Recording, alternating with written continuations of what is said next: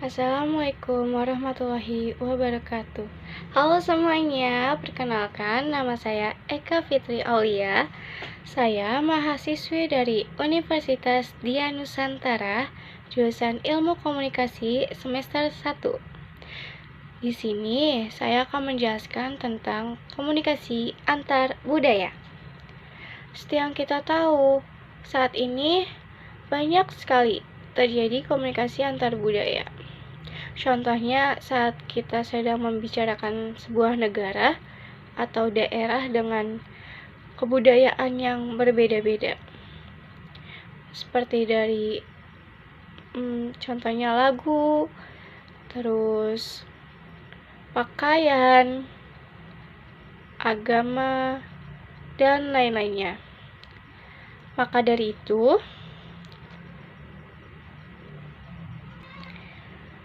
mari kita bahas satu persatu. Latar belakang komunikasi antar budaya. Komunikasi antar budaya adalah komunikasi yang terjadi di antara orang-orang yang memiliki kebudayaan yang berbeda.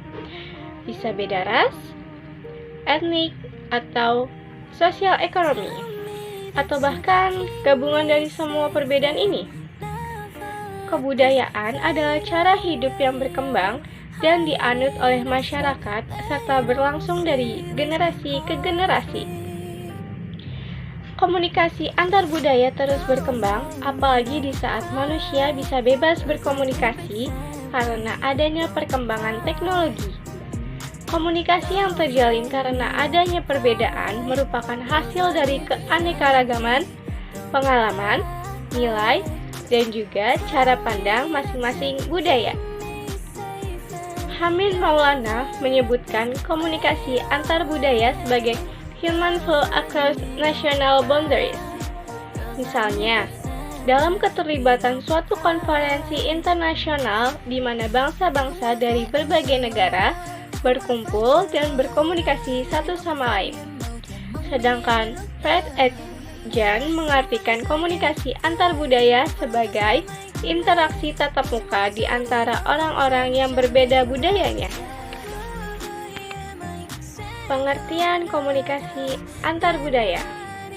Kuo Ming Chen dan William J. Sartosa mengatakan bahwa komunikasi antar budaya adalah sebuah proses negosiasi atau pertukaran dari sistem simbolik yang membimbing perilaku manusia dan membatasi mereka dalam menjalankan fungsinya sebagai kelompok. Selanjutnya, komunikasi antar budaya itu dilakukan dengan cara 1. Dengan negosiasi untuk melibatkan manusia di dalam pertemuan antar budaya yang juga membahas satu tema yang sedang dipertentangkan. Simbol tidak sendirinya mempunyai makna, tetapi dia dapat berarti ke dalam satu konteks dan makna itu dinegosiasikan atau diperjuangkan. 2. Melalui pertukaran sistem simbol yang tergantung pada persetujuan antar subjek yang terlibat dalam komunikasi. Sebuah keputusan dibuat untuk berpartisipasi dalam proses pemberian makna yang sama. 3. Sebagai pembimbing sebuah perilaku budaya yang tidak terprogram, namun bermanfaat karena mempunyai pengaruh terhadap perilaku kita. 4. Menunjukkan fungsi sebuah kelompok sehingga kita dapat membedakan diri dan dari kelompok lain dan mengidentifikasikannya dengan berbagai macam. Hakikat komunikasi antar budaya. Hakikat komunikasi antar budaya dibagi menjadi 2. Yang pertama, enkulturasi. Enkulturasi mengacu pada proses dengan mana kultur atau budaya ditransmisikan dari satu generasi ke generasi lainnya. Kita mempelajari kultur, bukan mewarisinya. Kultur ditransmisikan melalui proses belajar, bukan melalui gen. Orang tua, kelompok, teman, sekolah, lembaga keagamaan, dan lembaga pemerintahan merupakan guru-guru utama di bidang kultur.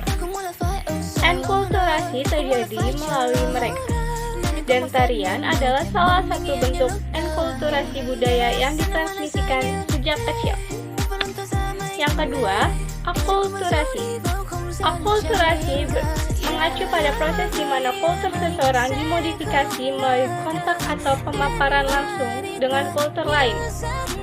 Misalnya, bila sekelompok imigran kemudian berdiam di Amerika Serikat atau kultur tuan rumah, kultur mereka sendiri akan dipengaruhi oleh kultur tuan rumah. Berangsur-angsur, nilai-nilai cara berperilaku serta kepercayaan dari kultur tuan rumah akan menjadi bagian dari kultur kelompok imigran itu. Pada waktu yang sama, kultur tuan rumah pun ikut berubah. Dan Cina dan Inggris yang berakulturasi. Sejarah komunikasi antar budaya. Komunikasi antar budaya sudah terjadi sejak zaman dahulu kala, di mana manusia sudah mulai berkomunikasi.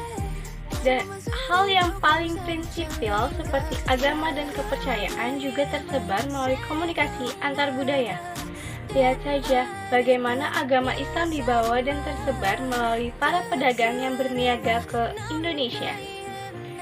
Terjadi komunikasi antara pedagang Arab dan pedagang Nusantara, sehingga kedua anggota budaya saling mengenal masing-masing kebudayaan, termasuk agama, sehingga tersebarlah agama Islam di Indonesia.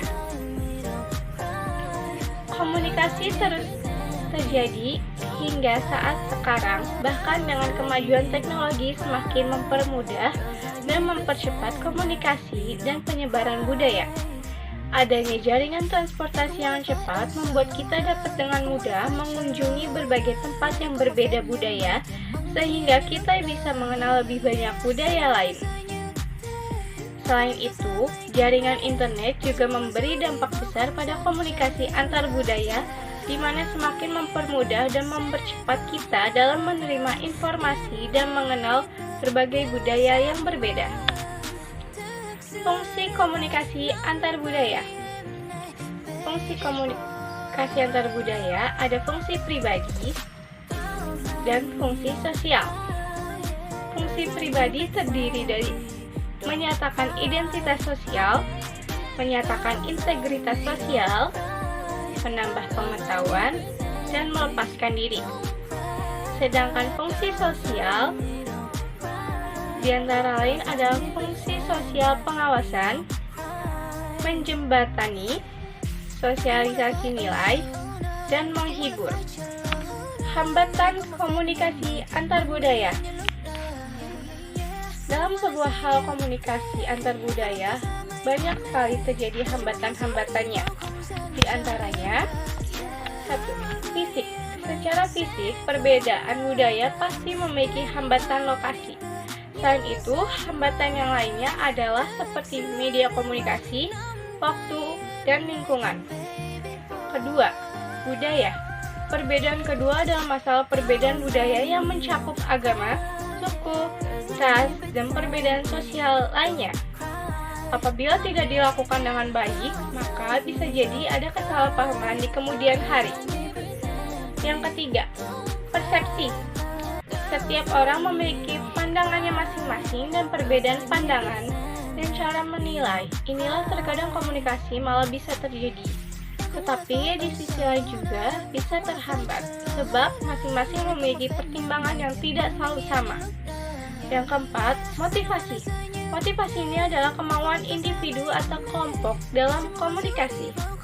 Bisa jadi pendengar tidak mau mendengar, sehingga hambatan komunikasi jelas terjadi. Yang kelima, pengalaman. Setiap individu memiliki kemampuan masing-masing dalam memahami sesuatu atau memikirkan sebuah ide. Biasanya, pemahaman yang komprehensif dan luas didapatkan individu apabila memiliki pengalaman yang baik juga. Selain itu, pengalaman pendengar juga begitu. Apabila berbeda tingkatannya, maka akan muncul hambatan dalam memahami komunikasi yang terjadi. Yang keenam, emosi. Emosional adalah sifat dasar manusia dan bagaimana kita bisa mengontrolnya. Hambatannya adalah ketika terjadi perasaan yang tidak enak dan hati sedang tidak baik-baik saja, maka komunikasi akan terhambat, bahkan akan sulit untuk mencapai titik temu. 7. Bahasa. Perbedaan bahasa pasti menjadi hambatan ketika menjalin komunikasi. Pastikan komunikasi dengan bahasa yang saling bisa dipahami supaya tidak menghambat proses transfer informasi. 8. Persaingan. Persaingan di sini yang dimaksudkan adalah kegiatan multitasking. Apabila pendengar mendengarkan informasi sambil mendengarkan informasi lain atau melakukan aktivitas lainnya, maka potensi kesalahan mendengar menjadi lebih besar. Yang ke-9, nonverbal. Kendala komunikasi yang disebabkan masalah berbicara dan berbahasa. Faktor terjadinya komunikasi antar budaya. Adanya mobilitas, politik, ekonomi, dan imigrasi. Manfaat komunikasi antar budaya. Dengan kita mau mempelajari komunikasi antar budaya ini, maka kita akan mendapatkan manfaat dalam berkomunikasi. Seperti halnya ketika kita bertemu dengan orang yang pola hidup berbeda dengan kita, hal ini agar tidak terjadi kesalahpahaman, bahkan pertikaian ketika berkomunikasi dengan orang tersebut. Kemudian, manfaat lainnya yang bisa kita dapatkan adalah di saat posisi kita sebagai orang ketiga yang melihat kedua orang sedang bertikai karena komunikasi mereka saling salah paham, maka di sanalah kita bisa menjadi jembatan di antara keduanya sampai kesalahpahaman itu selesai. Bentuk komunikasi antar budaya. Yang pertama ada komunikasi internasional. International communication atau komunikasi internasional adalah bentuk komunikasi antar budaya yang terjadi antara dua negara atau lebih. Bentuk ini dapat dilihat dari berbagai macam kegiatan diplomasi ataupun propaganda yang seringkali berkaitan dengan kondisi interkultural atau antar budaya dan interrasial atau antaras. Bentuk komunikasi ini cenderung berkaitan dengan kepentingan suatu negara dengan negara lainnya, yang meliputi permasalahan ekonomi, politik, pertahanan, dan lain-lain. Yang kedua, komunikasi antaras. Komunikasi antaras atau interracial communication adalah sebuah bentuk komunikasi yang terjadi apabila adanya interaksi atau proses komunikasi pada individu atau kelompok yang berbeda ras. Bentuk komunikasi ini memiliki ciri utama yaitu komunikan dan komunikator berasal dari ras yang berbeda. Ras sendiri merupakan klasifikasi kelompok individu berdasarkan karakteristik biologis. Yang ketiga, komunikasi antar etnis. Komunikasi antar etnis atau interethnic communication adalah bentuk komunikasi yang mana proses komunikasinya berasal dari etnis yang berbeda.